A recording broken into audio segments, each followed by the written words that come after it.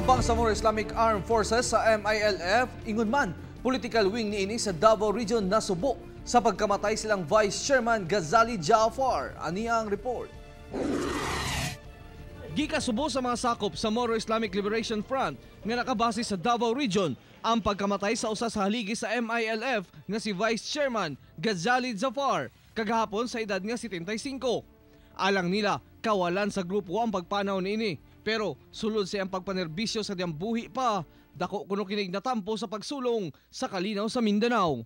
Marami pa sana siyang, malaki pa sana ang ma-contribute niya. Ngunit dahil sa kagustuhan na ng Allah, ay kinuha na siya. Marahil ay may dahilan ng Allah kung bakit maaga siyang kinuha sa Bangsamoro. Gani kaganyang buntag, nagkatapok ang sobra 300 ka mga Bangsamoro Islamic Armed Forces sa Sirawan, Davao City. Arong sundon ang kamanduan sa Transition Commission sa Bangsamoro Autonomous Region for Muslim in Mindanao nga gidumala sa namatayng leader.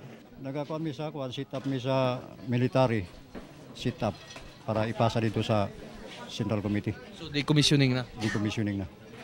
Alang nila ang kamatay ni Vice Chair Jaafar nga usa sa 5 nga utok sa MILF nagpabilin og ligasiya sa pagigpisog niini sa kalinaw sa Mindanao, ingon man pag-ila sa mga Moro.